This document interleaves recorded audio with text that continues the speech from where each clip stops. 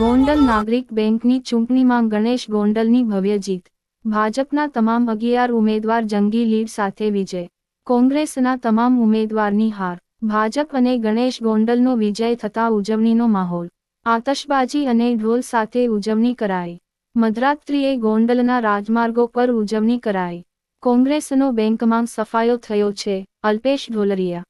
ગણેશભાઈ જેલમાં હતા એટલે કોંગ્રેસને થયું કે મેદાન ખાલી છે. અલ્પેશ ઢોલરિયા. જયરાજસિંહના રાજકીય કાર્યકાળના 30 વર્ષ પૂર્ણ થાય છે. અલ્પેશ ઢોલરિયા. ગણેશભાઈના 30 વર્ષ શરૂ થાય છે. અલ્પેશ ઢોલરિયા. ગોંડલની પ્રજાએ અમારી ઉપર ભરોસો મૂક્યો છે અને આ કાંઈ આજનું નથી. ભારતીય જનતા પાર્ટીનું અને જયરાજસિંહ જાડેજાનો અહીંયા 30 વર્ષ પૂરા થાય છે અને આમ પણ બધા જ મેન્ડેટ ઉપર ભારતીય જનતા પાર્ટીના ઉમેદવારો જીતેલા હતા જ.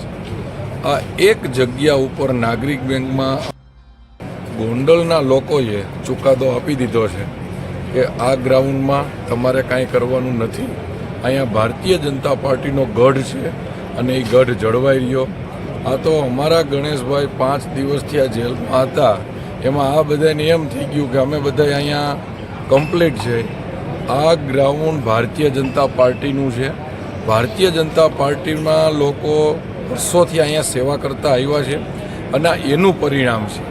અને ગણેશભાઈ 5 દિવસથી આ જેલમાં છે. છેલ્લા 7 વર્ષથી આ ગણેશભાઈ રાત દિવસ ગોંડલના લોકોની સેવા કરી છે અને ગોંડલના લોકોની જે રીતે ગણેશભાઈ સેવા કરતા હતા ને, આ એનું પરિણામ છે. અમે અમારી હાર સ્વીકારીએ છીએ અને લોકોનો ચુકાદો છે એમાં માથે ચડાવીએ છીએ.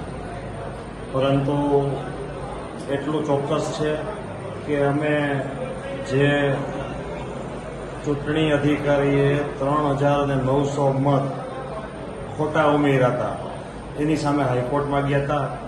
હાઈકોર્ટે ડાયરેક્શન પણ આપ્યું હતું કે 115D સહકારી કાયદાની કલમ 115D મુજબ આ ચૂંટણી કરવી અને એની મતદાર યાદી તૈયાર કરવી.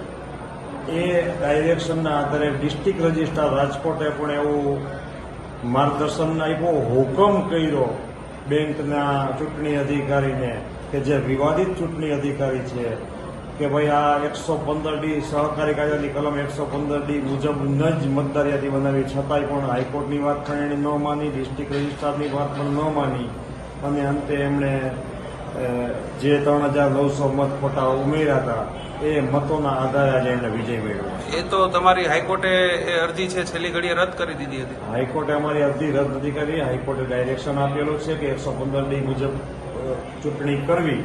એની સામે એ ડાયરેક્શન આણે માન્યું નથી એટલે અમે ફરી હાઈકોર્ટમાં પણ ગયેલા કે ભાઈ આ વાત અમારી માનતા નથી, હાઈકોર્ટનું ડાયરેક્શન પણ માનતા નથી.